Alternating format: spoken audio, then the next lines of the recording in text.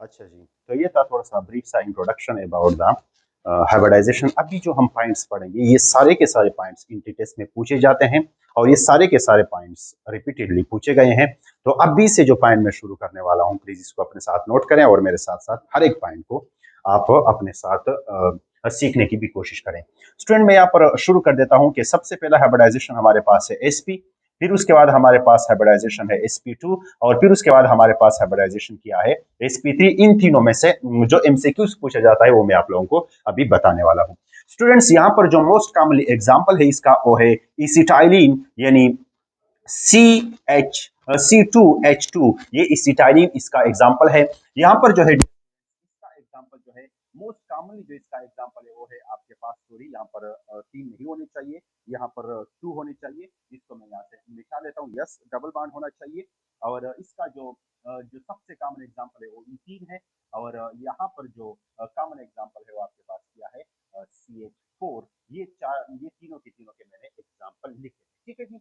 अब यहाँ जो आपसे सबसे पहला क्वेश्चन किया जाता है वो ये किया जाता है कि इसकी हाइब्रिडाइजेशन अगर होगा तो इसमें परसेंटेज एस करेक्टर कितना होगा, सही है। तो सबसे पहला पॉइंट जो है मेरा स्टूडेंट्स वो है percentage S character. Percentage S character कितना होगा, percentage S character in SP and in SP hybridization. तो percentage S character in SP hybridization ये स्टूडेंट्स होगा 50%, क्योंकि दो में से एक 50% और परसेंटेज पी करेक्टर भी इनमें से क्या हो जाएंगे, 50% हो जाएंगे। तो ये भी आपको पता होना चाहिए कि अगर यहाँ पर इस कार्बन का हाइब्रिडाइजेशन एस पी है तो इनमें से 50% एस करेक्टर है और 50% पी करेक्टर है, यानी 50 पी और 50 एस आपस में इंटरमिक्स होके नए orbital S P hybridize orbital बने हैं, ठीक है जी। यहाँ पर अगर हम आ जाएं और यहाँ पर हम इसको काउंट करने की कोशिश करें कि यहाँ पर क्या है, तो डियर स्टूडेंट्स यहाँ पर जो परसेंटेज एस करेक्टर है पी sp2 में यहाँ पर तीन है। तो तीन में से स्टूडेंट्स 3.3 क्या हो जाएगा, एक यानी एक एस हो जाएगा। और इसके अलावा जो परसेंटेज पी करेक्टर है वो कितना हो जाएगा 67.33%। ये क्या हो जाएगा, ये आपके पास हो जाएगा percentage P character in sp2 hybridization. अब अगर हम यहाँ पर पहुंच जाए कि sp3 हाइब्रिडाइजेशन में s करेक्टर कितना होगा, percentage s character in sp3 hybridization. तो डी स्टूडेंट्स यहाँ पर 4 है और इनमें से एक है से तो कितना हो जाएगा 25% क्या हो जाएगा एस करेक्टर हो जाएगा। जबकि पी परसेंटेज पी करेक्टर जो है वो कितना हो जाएगा डियर स्टूडेंट्स 75% हो जाएगा।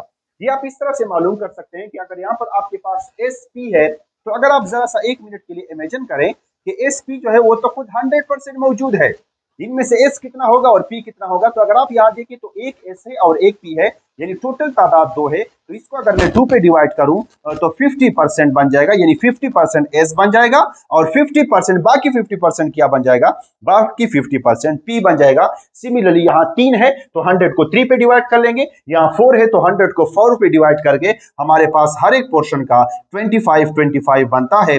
और चूंकि यहाँ पर 25 एस एक है इसी वजह से मैंने 25 लिखा, और पी जो है वो 3 है इसी वजह से मैंने 75 यानी 3 टाइम ऑफ 25। तो परसेंटेज करेक्टर से आपसे क्वेश्चन पूछा जा सकता है, इसके परसेंटेज करेक्टर आपको याद होने चाहिए। आगे चलते हैं स्टूडेंट, आगे जो आपसे पूछा जाता है वो आपसे पूछा जाता है इलेक्ट्रोनेगेटिविटी ऑफ कार्बन एटम। यानी इन सब एग्जाम्पल में डियर स्टूडेंट्स मैंने कार्बन एटम को मेंशन किया है। सब एग्जाम्पल में यहां भी कार्बन एटम है, यहां भी कार्बन एटम है, यहां भी कार्बन एटम है। तो अगर आप लोग जरा सा देख ले डियर स्टूडेंट्स, अगर आप लोग जरा सा देख ले डियर स्टूडेंट्स यहाँ पर इलेक्ट्रोनेगेटिविटी ऑफ कार्बन, वैसे नॉर्मल कार्बन की इलेक्ट्रोनेगेटिविटी होती है 2.5। ये आपके माइंड में होना चाहिए।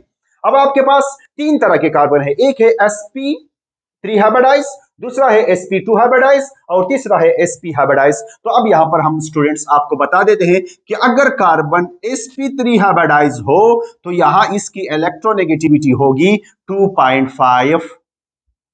ये आपको पता होना चाहिए। अगर कार्बन जो है ये दूसरे केस में आते हैं, अगर carbon dear students sp2 hybridise है तो यहां पर s character as compare to the sp3 बढ़ चुका है, s करेक्टर थोड़ा सा बढ़ चुका है, आपके सामने है। जरा सा बोलिएगा, एस करेक्टर थोड़ा सा बढ़ चुका है। जब एस करेक्टर यहां पर डियर स्टूडेंट बढ़ जाएगा तो आपके पास ये हो जाएगा 2.7, यानी more the S character more will be the electronegativity of carbon atom. It means कि हाइब्रिडाइजेशन के चेंज होने से इलेक्ट्रोनेगेटिविटी चेंज होती है। इलेक्ट्रोनेगेटिविटी क्या है? The ability, the power to attract the share pair electron toward itself, bonded electron toward itself are known as electronegativity. सही है जी। तो इलेक्ट्रोनेगेटिविटी एक एटम का वो ये इलेक्ट्रोनेगेटिविटी किसी भी एटम का फिक्स नहीं रहता है, वो डिपेंड करता है हाइब्रिडाइजेशन पर। It is a relative phenomena, electronegativity is a relative phenomena. तो ये डिपेंड करता है हाइब्रिडाइजेशन पर। यानी आपके सामने लिखा गया है sp3 में कार्बन का 2.5 है, जबकि sp2 में कार्बन का 2.7 है। वजह बता देता हूं ये क्यों इंक्रीज होता है, मेरे साथ रहिएगा। अगला है आपके पास sp कार्बन। तो यहां पर हम लिखते हैं कि इसकी इलेक्ट्रोनेगेटिविटी 2.5, या हमारे टीचर ऑलमोस्ट हम लिखते हैं कि ये किसके बराबर होता है, ये ऑलमोस्ट 3 के बराबर होता है। स्टूडेंट्स, अगर आपने यहां पर गौर किया है तो कार्बन के हाइब्रिडाइजेशन चेंज होने से एक चीज आपने नोट किया होगा, कौन सा करेक्टर इंक्रीज होता है? एस करेक्टर इंक्रीज होता है। तो डियर स्टूडेंट्स, अगर यहां पे एस करेक्टर इंक्रीज हो रहा है, अगर यहां पे एस करेक्टर इंक्रीज हो रहा है, तो आपको पता है कि एस जो होता है वो क्या होता है? एस डियर स्टूडेंट्स स्फेरिकल होता है। Spherical means S is near to the nucleus, S is near to the nucleus. तो जितना एस करेक्टर इंक्रीज होगा मींस न्यूक्लियस का करेक्टर इंक्रीज होगा। जितना न्यूक्लियस का करेक्टर इंक्रीज होगा मींस प्लस का इफेक्ट इंक्रीज होगा। जितना प्लस का इफेक्ट इंक्रीज होगा उतना ही शेयर पेयर इलेक्ट्रॉन को अपनी तरफ ज्यादा खींचा जाएगा। दैट्स वाई आपके पास इलेक्ट्रोनेगेटिविटी इंक्रीज होती है with the change in hybridization और with increase in the S character. ये प्लीज ये एमसीक्यूज आपको पता होना चाहिए, परसेंटेज करेक्टर आपको पता होना चाहिए, एग्जांपल्स आपको पता होना चाहिए। These are the MCQs related to the these 3 type of hybridization. अगली बात है स्टूडेंट्स, आपके पास ये जो मैंने लिखा है प्लीज इसको नोट करें। इसी 3 टाइप ऑफ हाइब्रिडाइजेशन से जितने भी एमसीक्यूज आते हैं वो सारे एमसीक्यूज मैं आपके सामने अभी डिस्कस कर रहा हूं। आप इन पॉइंट्स को प्लीज अपने साथ नोट करें। दोबारा है, इनमें से इन तीनों टाइप में से यहां पर भी हाइड्रोकार्बन है, यहां पर भी हाइड्रोकार्बन है, यहां पर भी हाइड्रोकार्बन है, ये तीनों हाइड्रोकार्बन है। इन तीनों हाइड्रोकार्बन में कौन से हाइड्रोकार्बन के पास एसिडिक हाइड्रोजन मौजूद है, ये भी हाइब्रिडाइजेशन पर डिपेंड करता है। तो ये भी मैं आप लोगों को एमसीक्यूज में बता देता हूं कि अगर कभी आ जाए तो आप इसका भी एमसीक्यूज पिक कर सकते हैं। फिलहाल आप इसको स्क्रीनशॉट करें। शाबाश, 1 2 3 आप लोग स्क्रीनशॉट कर चुके हैं। तो चलो जी आगे चलते हैं। आगे है हमारे पास ये हमारे पास हो जाएगा क्या है, वही उसी पर चलते हैं। हमारे पास है यहाँ पर sp हाइब्रिडाइजेशन, यहाँ पर है sp2 हाइब्रिडाइजेशन, और यहाँ पर क्या है sp3 हाइब्रिडाइजेशन। डियर स्टूडेंट्स, यहाँ इसका एग्जांपल हमने लिया था एसिटाइलिन, अगर आप लोगों को याद हो, ये मैंने वही एग्जांपल लिखा है। और यहाँ पर हमने लिया है आपके सामने इथाइलिन या इथीन भी इसको बोलते हैं आयोपेक सिस्टम में। ये आपके सामने इथीन आ चुका है, और ये जो है ये आपके सामने क्या आ चुका है, ये आपके सामने आ चुका है मीथेन। ये तीनों का अभी मैंने थोड़ा सा एक्सपेंडेड फॉर्म में आपके सामने लिखा है। ठीक है जी। अच्छा, यहाँ पर आपसे क्वेश्चन किया जा सकता है कि इन तीनों में से कौन सा हाइड्रोजन ज्यादा एसिडिक होगा। तो इसका जो रिलेशन है वो कुछ यूं है कि इसिटाइलिन का हाइड्रोजन ज्यादा एसिडिक, उसके बाद sp2 का, और इसके बाद sp3 का एसिडिटी इस तरह से होगी। तो आप यहाँ पर एसिडिटी के लिए लिख लें, प्लीज अपने साथ नोट करें। फॉर द एसिडिटी के लिए आप अपने साथ नोट करें acidity of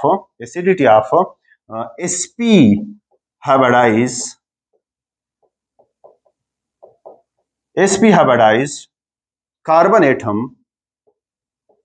having hydrogen is more as compared to the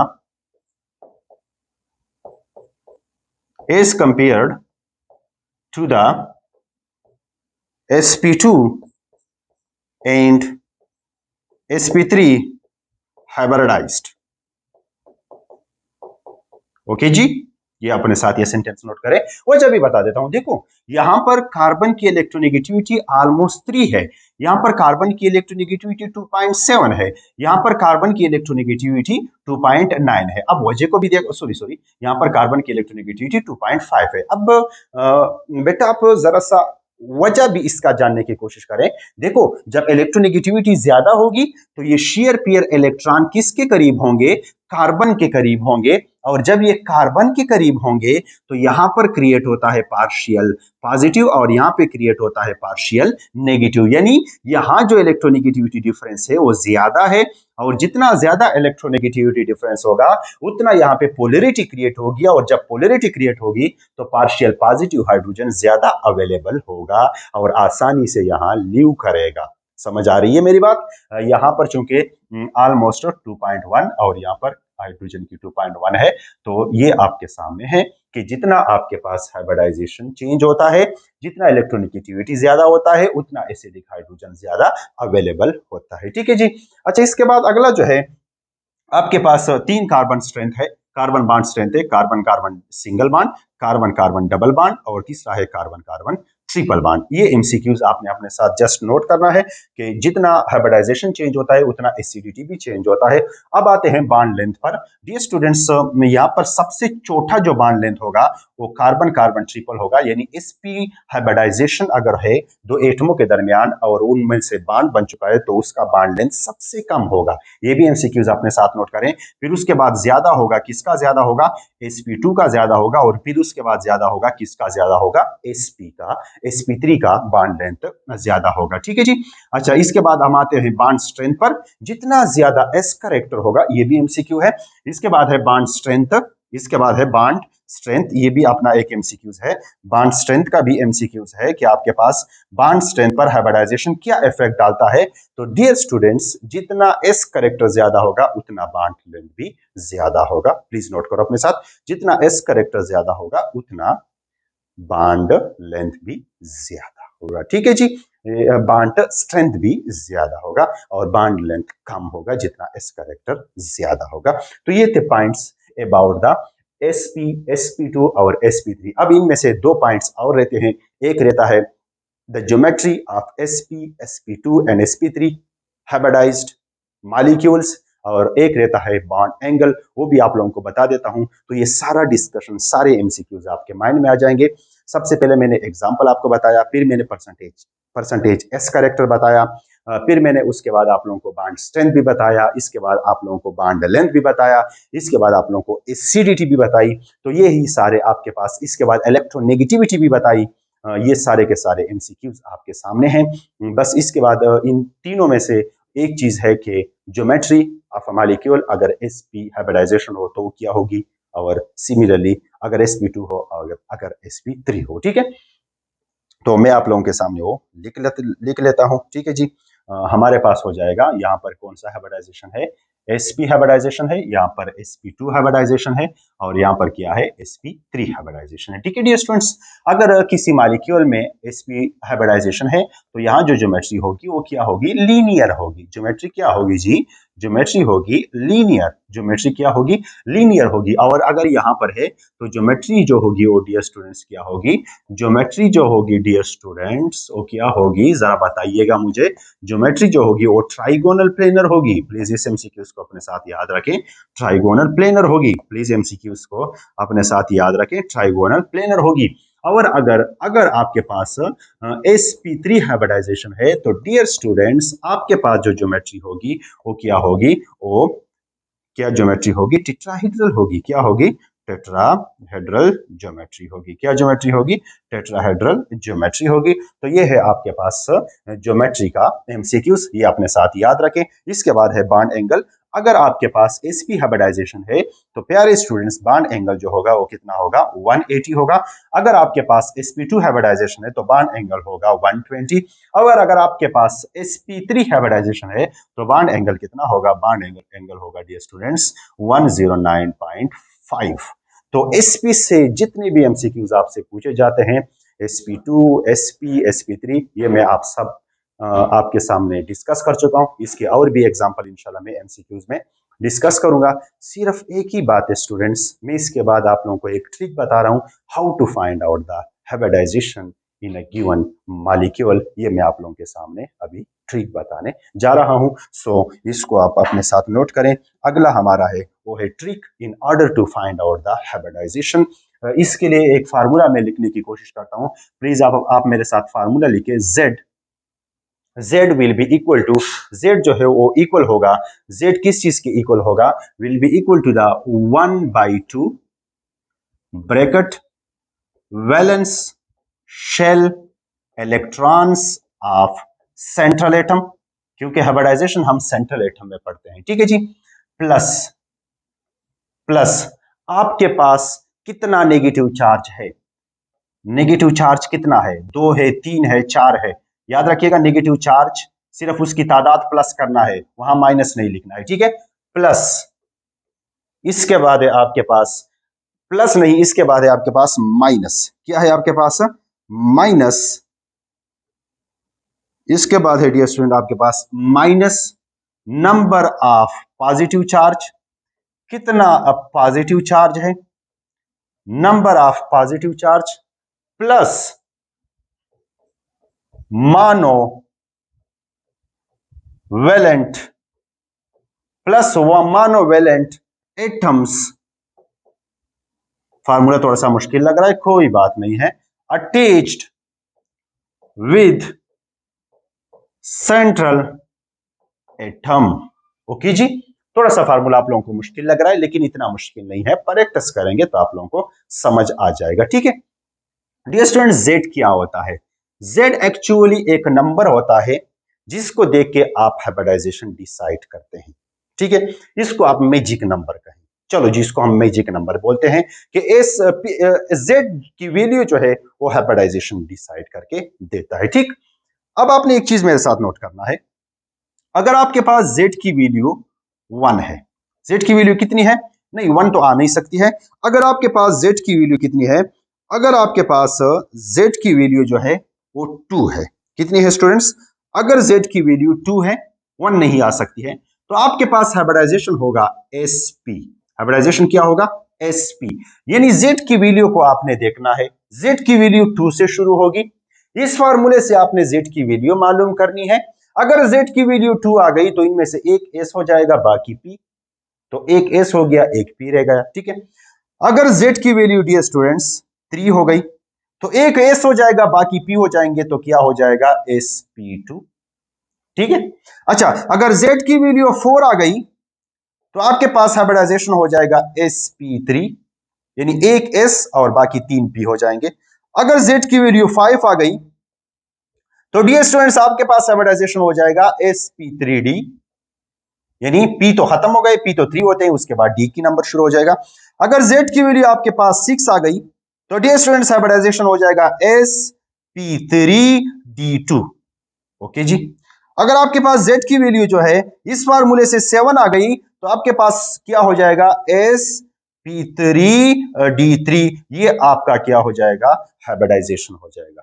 हमने एक्सप्लेनेशन किया है, किस चीज का किया है, sp का किया है, sp2 का किया है, sp3 का किया है, ये मोस्ट कॉमन आपके पास है और मोस्टली हम इसको एक्सप्लेन कर देते हैं। ये जो नीचे है इनमें d ऑर्बिटल इन्वॉल्व है, इसको हम एक्सप्लेन नहीं करते, लेकिन इसको आप मालूम कर सकते हैं, इसको आप मालूम कर सकते हैं। तो जस्ट आप इसका स्क्रीनशॉट ले लें, मैं इसके एग्जाम्पल शुरू कर देता हूं और आप लोगों को बताता हूं कि किस में कौन सा हाइब्रिडाइजेशन होगा। फॉर एग्जाम्पल आपके पास आ चुका है बेरिलियम क्लोराइड, बेरिलियम क्लोराइड, इसके लिए अगर मैं Z की वैल्यू मालूम करना चाहूं तो आप लोगों को तो अभी फार्मूला बहुत मुश्किल लग रहा है, लेकिन दो तीन एग्जांपल अगर आप इसे प्रैक्टिस करेंगे तो आपको बिल्कुल फार्मूला एकदम से याद हो जाएगा।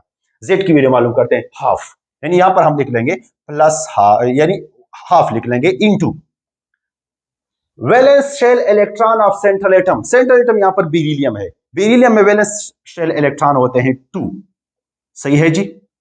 इसके बाद है प्लस नेगेटिव चार्ज, इस पर कोई नेगेटिव चार्ज नहीं, माइनस पॉजिटिव चार्ज, इस पर कोई पॉजिटिव चार्ज नहीं, plus monovalent atom attach with the central atom, कितने मोनोवेलेंट एटम है, क्लोरीन जो है वो कितने बॉन्ड बनाता है, एक बॉन्ड बनाता है, तो क्लोरीन जो है वो 2 अटैच है, तो हमने लिख लिया है कि 2 क्लोरीन यानी 2 monovalent atom are attach over here, तो Z will be equal to the half, यहां पर ये हो जाएगा 4, क्या हो जाएगा 4, so Z will be equal to the, यहां पर क्या हो जाएगा आपके पास 2 आंसर आ जाएगा। डियर स्टूडेंट्स, अगर Z की वैल्यू 2 होगी तो सेंट्रल एटम का हाइब्रिडाइजेशन क्या हो जाएगा, sp हो जाएगा, सारे एग्जाम्पल सारे क्वेश्चन आप लोगों के लिए करवाता हूं, जस्ट आप इसका स्क्रीनशॉट ले लें और फिर मुझे बताते जाएं कि सर जेड की वैल्यू ये आएगी, मैं सबके लिए जेड की वैल्यू मालूम करूंगा, आपने फिर मुझे हाइब्रिडाइजेशन बताना है, ठीक है, ये आपका काम है। जस्ट इससे स्क्रीनशॉट ले लें और मैं फिर एग्जांपल शुरू कर देता हूं। मैं वो एग्जांपल आप लोगों को बताऊंगा जो प्रीवियस टेस्ट में पूछे गए हैं, ठीक है जी।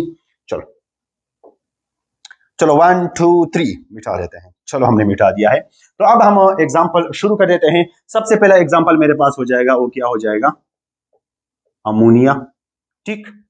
इसके बाद हमारे पास एग्जांपल हो जाएगा, बहुत अच्छा एग्जांपल है जीनान F4, ठीक है। इसके बाद आपके पास ये बहुत अच्छा एग्जांपल है, ये अक्सर पूछा जाता है, IF7, ठीक है। इसके बाद एक और एग्जांपल ले लेते हैं, और वो क्या है आपके पास, जीनान O2 F2, ये आपके पास एग्जांपल है, ठीक है। इसके बाद आपके पास एक एग्जांपल है H2SO4 -2।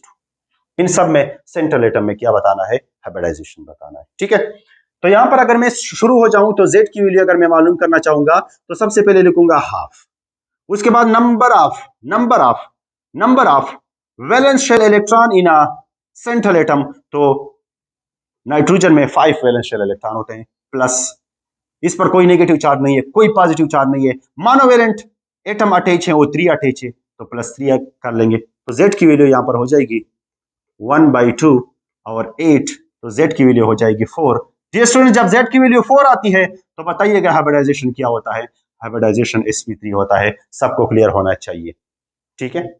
आगे चलते हैं, हमारे पास जीनान है। जीनान आप लोग जानते हैं कि जीनान जो है, इसके लिए जेड की वैल्यू अगर हम मालूम करें तो हाफ जीनान, जेड की वैल्यू जेड के फार्मूले में है number of valence electron in a central atom, xenon जो है उसमें 8 इलेक्ट्रॉन होते हैं, तो 8 प्लस, इस पर ना कोई माइनस चार्ज है ना प्लस चार्ज है, हाँ फ्लोरीन अटैच है। डियर स्टूडेंट्स, फ्लोरीन जो होता है, फ्लोरीन वो भी मोनोवेलेंट होता है, फ्लोरीन भी मोनोवेलेंट होता है, फ्लोरीन भी मोनोवेलेंट होता है, कितने अटैच हैं, 4 अटैच हैं, तो हम कर लेंगे 4, so Z will be equal to the half, और यहां पर क्या आ जाएगा 12, तो आंसर हो जाएगा आपके पास 6। डियर स्टूडेंट्स, बताइएगा जब 6 हो तो कितना आता है हाइब्रिडाइजेशन, सर इतना तो हमें पता नहीं है, लेकिन कुछ आप बता दें इस तरह से, देखो 6 आया है ना, तो इनमें से एक हो जाएगा S, P कितने ऑर्बिटल होते हैं P में 3, तो 3 हो जाएंगे P, ठीक है। तो 4 तो कंप्लीट हो गए, किसकी बारी है, D की, तो कितने रह गए हैं, 4 कंप्लीट हो गए, एक S और 3 P, और टोटल है 6, तो 2 किसके हो जाएंगे, D के हो जाएंगे, तो ये इसके सेंट्रल एटम में हाइब्रिडाइजेशन है, ठीक है जी। ये क्वेश्चन बहुत मरतबा पूछा गया है, आप इस तरह से मालूम कर सकते हैं, आसान ट्रिक है, ठीक है। चलो आगे चलते हैं, आगे हमारे पास Z की वैल्यू, यहां हमारे पास हो जाएगा हाफ प्लस हाफ, यानी half into valence shell electrons in the central atom, iodine कितने होते हैं 7, कितने होते हैं 7, इस पर ना कोई प्लस चार्ज है ना कोई माइनस चार्ज है, लेकिन मोनोवेलेंट एटम अटैच है, कितने अटैच है 7, तो 7, ठीक है। तो Z will be equal to the half, यहां पर हो जाएगा 14, so Z will be equal to the 7। अच्छा जी, अगर Z की वैल्यू 7 आ गई है तो हाइब्रिडाइजेशन कितना होगा, सर नहीं आ रहा है समझ, मैं बता देता हूं, एक हो जाएगा इनमें से S, क्या हो जाएगा, एक हो जाएगा S। अच्छा, P में कितने ऑर्बिटल होते हैं 3, आपके पास बहुत बड़ा फिगर है, तो 3 हो जाएंगे P, तो sp3, कितने रह गए, 3 और रह गए, D की तरफ चले जाओ, D में 5 होते हैं, लेकिन यहाँ पर 3 रह गए, तो D3 हो जाएगा, D क्या हो जाएगा D3, ये इसमें हाइब्रिडाइजेशन है, ये हाईएस्ट हाइब्रिडाइजेशन यहाँ पर हम यहाँ तक पढ़ते हैं, ठीक है जी। ये भी बहुत अच्छा MCQs है, आसानी से आता है, आप लोगों को आता है, ठीक है। यहाँ पर इसको अगर हम देखें, इसमें से आप Z की वैल्यू मालूम करें तो हो जाएगा half into central atom xenon है, जीनान में 8 इलेक्ट्रॉन होते हैं वैलेंस शेल में, ठीक है, प्लस ना कोई नेगेटिव चार्ज है ना कोई पॉजिटिव चार्ज है, लेकिन यहां अगर आप देखो तो इसमें यहां मोनोवेलेंट की बजाय डियर स्टूडेंट्स डाईवेलेंट अटैच है, तो डाईवेलेंट तो फार्मूले में नहीं है, तो इसको हम कंसीडर नहीं करेंगे, ठीक है जी। अच्छा, नंबर ऑफ मोनोवेलेंट को जरूर कंसीडर करेंगे क्योंकि वो फार्मूले में था, कितने हैं 2 है, तो हो जाएगा 2, तो आपके पास Z की वैल्यू हो जाएगी हाफ, और यहां पर हो जाएगा 10, तो यहां पर क्या हो जाएगा 5, सो आपके पास Z की वैल्यू 5 आ चुकी है, तो हाइब्रिडाइजेशन क्या हो जाएगा, सर नहीं है पता, मैं बता देता हूं, एक हो जाएगा S, 3 हो जाएंगे P, और कितने रह गए, एक रह गया, वो हो जाएगा डी। ये यहाँ पर हाइब्रिडाइजेशन है, आपके सामने लिखा जा चुका है। एक आयन का कर लेते हैं, फिर इसको यहीं पर खत्म करते हैं, ठीक है जी। अब अगर आपके पास इसको आप देख लें, जेड की वैल्यू मालूम करें तो Z is equal to half, sulphur है, सल्फर के आखिरी शेल में कितने इलेक्ट्रॉन होते हैं, 6 इलेक्ट्रॉन।